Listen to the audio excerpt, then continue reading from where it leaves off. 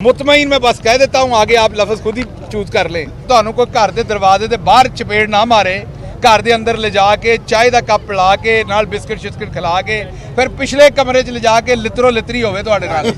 यार बात तो सुन लो भाई। चलो बेटे ओके ना करो यार, मुझे नहीं पता कौन है बच्चों ना ओके बेटे ओके ओके करिए आराम से रिलैक्स। कल एक मिनट बेटा, कल सदर बाइडन का जो बयान आया उसके बाद जिस तरीके से इनको सांप सूंघा, जिस तरीके से बिलावल जरदारी ने कहा कि वो जो उन्होंने हमारी बेइज्जती की है वो फॉर्मल तरीके से नहीं की कि किसी इनफॉर्मल तरीके से बेइज्जती की है, इसलिए मुझे बेइज्जती महसूस नहीं होती। बिलावल जरदारी का बयान ये था कि वो किसी फॉर्मल तकरीब में छितर नहीं मारिया, वो इनफॉर्मल ਇਹਦਾ मतलब है कि बिलावल साहब ਨੂੰ अगर बेइज्जत शेजत करना होवे तो इनफॉर्मल जगह ते करो, फॉर्मल जगह ते ना करो। सो ये तो बिलावल ने, उससे ज्यादा जो क्यूबन एम्बेसडर है पाकिस्तान के अंदर, उसने पाकिस्तान की बेहतर नुमाइंदगी कर दी, उसने पाकिस्तानी अवाम की बेहतर नुमाइंदगी कर दी। लेकिन इन लोगों ने जिस तरीके से सरदमोरी का, जिस तरीके से मुतमईन मैं बस कह देता हूँ, आगे आप लफ्ज़ खुद ही चूज कर लें, जिस तरीके से इन्होंने मुतमईन पटवारी होने का इन्होंने सबूत दिया और एक बर्फ में लग गए उस स्टेटमेंट के बाद। अल्लाह भला करे इस कौम को इमरान खान जैसा बेटा दिया हुआ है, उसने पहले बयान दिया, जब उसने बयान दिया तो इनको भी थोड़ी सी हिम्मत हुई, उसके पीछे फिर बयान आने शुरू हुए, वो लफ्जी बयान जो इनके हैं, और 7 मिन्नतें भी बैकडोर पे शुरू हो गई। तो ये वो थे जो कह रहे थे कि इमरान खान के अमेरिका से ताल्लुकात अच्छे नहीं हैं, हमने अमेरिका से ताल्लुकात अच्छे करने हैं। और अब जदों उथों लितर पे है तो हुण कहंदे ने ਉਹ ਫਾਰਮਲ ਤਰੀਕੇ ਨਾਲ ਲਿੱਤਰ ਨਹੀਂ ਮਾਰਿਆ, ਇਨਫਾਰਮਲ। ਇਹਦਾ ਮਤਲਬ ਹੈ ਅਗਰ ਤੁਹਾਨੂੰ ਕੋਈ ਘਰ ਦੇ ਦਰਵਾਜ਼ੇ ਦੇ ਬਾਹਰ ਚਪੇੜ ਨਾ ਮਾਰੇ, ਘਰ ਦੇ ਅੰਦਰ ਲਿਜਾ ਕੇ ਚਾਹ ਦਾ ਕੱਪ ਪਿਲਾ ਕੇ ਨਾਲ ਬਿਸਕਟ ਸ਼ਿਸਕਟ ਖਿਲਾ ਕੇ ਫਿਰ ਪਿਛਲੇ ਕਮਰੇ 'ਚ ਲਿਜਾ ਕੇ ਲਿਤਰੋ ਲਿਤਰੀ ਹੋਵੇ ਤੁਹਾਡੇ ਨਾਲ, ਤੇ ਉਹਦਾ मतलब है कि वो बेइज्जती नहीं है बिलावल साहब के कहने पे। सो जो ये हो रहा है ये सब कौम के सामने है। आटा जो 55 रुपए का महंगा था आज वो 125 रुपए का महंगा नहीं है। बिजली का यूनिट 16 रुपए का जो महंगा था आज वो 40 रुपए का महंगा नहीं है। 1800 रुपए अगर किसी का बिल ज़्यादा था तो उस पर रौला था, आज जो 7000 रुपया बिल ज़्यादा आ रहा है हर सारिफ को, उस पर रौला नहीं है। पेट्रोल की कीमत डॉलर खुद कहते हैं 200 से नीचे होना चाहिए, तो जो 250 पे आप बेचते रहे हैं इसका मतलब आप तो खुद ही मान गए कि आप ज़्यादती करते रहे। हम तो कहते हैं डॉलर 176 पे होना चाहिए जहाँ हम छोड़ के गए थे। तो आपने जो कुछ इस मुल्क के साथ, किसान के साथ, आपने मैन्युफैक्चरिंग के साथ, यहाँ पावर लूम्स के साथ सब कुछ कर दिया, उसका हिसाब आवाम पोलिंग स्टेशंस के अंदर ले रही है। अगर धांधली ना की, जो कि मैं एक बात वाजे कर दूं कि unfortunately election commission of Pakistan ने सिस्टमैटिक तरीके से यहाँ पर एक प्री पोल धांधली करने की कोशिश की है, जिसका सवाल पूछना चाहिए और उन्हें जवाब देना चाहिए। और वो ये है कि उन्होंने हमारे वोटर्स के घराने नंबर चेंज किए, उन्होंने हमारे वोटर्स के पोलिंग स्टेशन नंबर चेंज किए, उन्होंने हमारे वोटर्स को हलकों से भी बाहर निकाल दिया। तो ये वारदात डाली गई है, लेकिन उसके बावजूद हमें उम्मीद है कि अवाम ने इतना वोट डालना है कि आज इस इम्पोर्टेड रजीम का जो आखिरी एक ये छुपने की कोशिश कर रहे थे, इससे भी इनका नकाब उतर जाएगा और इन्हें अब अवाम को जवाब देना पड़ेगा।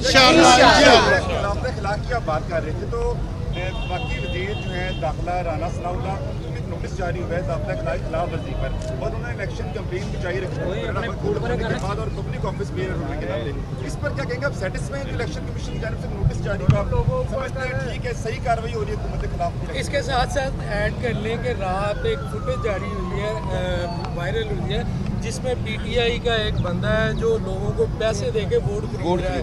इस बारे में आप क्या कहें? दो बातें देखिए जी। पहली बात तो आपने की राना सनाउल्लाह साहब के वो ज़ाब्ता अखलाक की धज्जियाँ उड़ा रहे हैं। ये ज़ाब्ता अखलाक तो छोटी जी गल है, उन्होंने तो अदालतों की धज्जियाँ उड़ा दी हैं, उनके वारंट जारी हुए और IG ने कह दिया, इस्लामाबाद पुलिस ने कहा कि हम तामील नहीं करेंगे, हम इसको इम्प्लीमेंट नहीं करेंगे।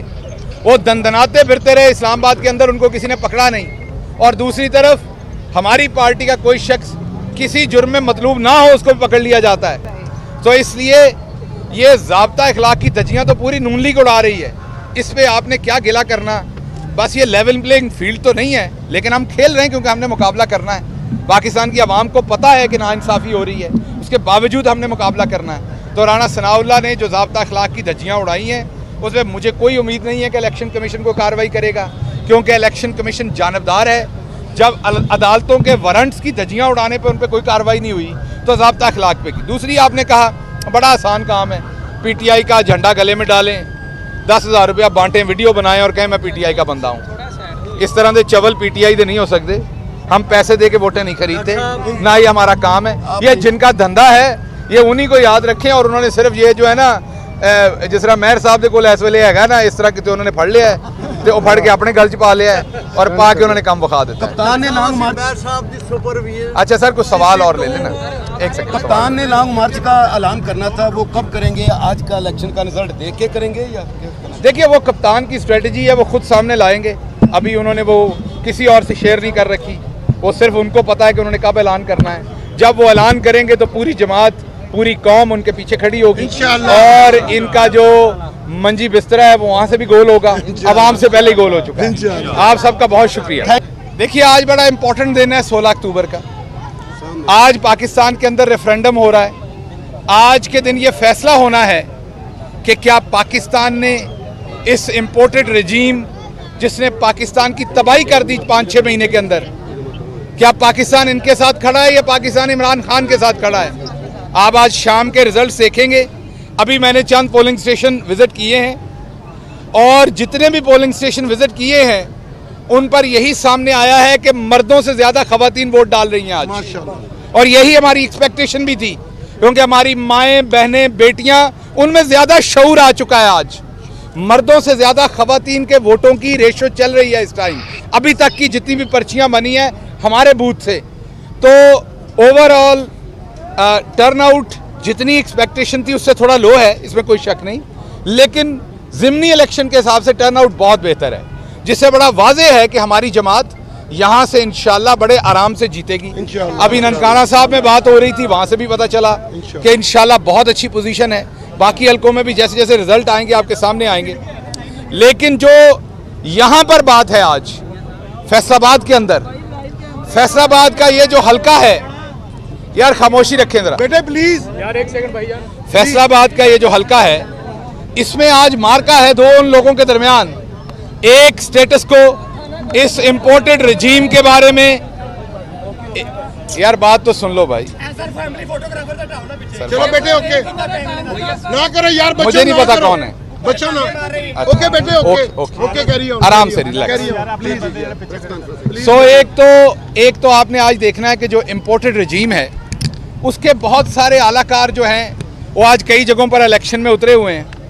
एक तरफ अकेला इमरान खान है, एक तरफ ये तमाम इंपोर्टेड रजीम और इसको तमाम हेल्प करने वाले एक साइड पे खड़े हैं।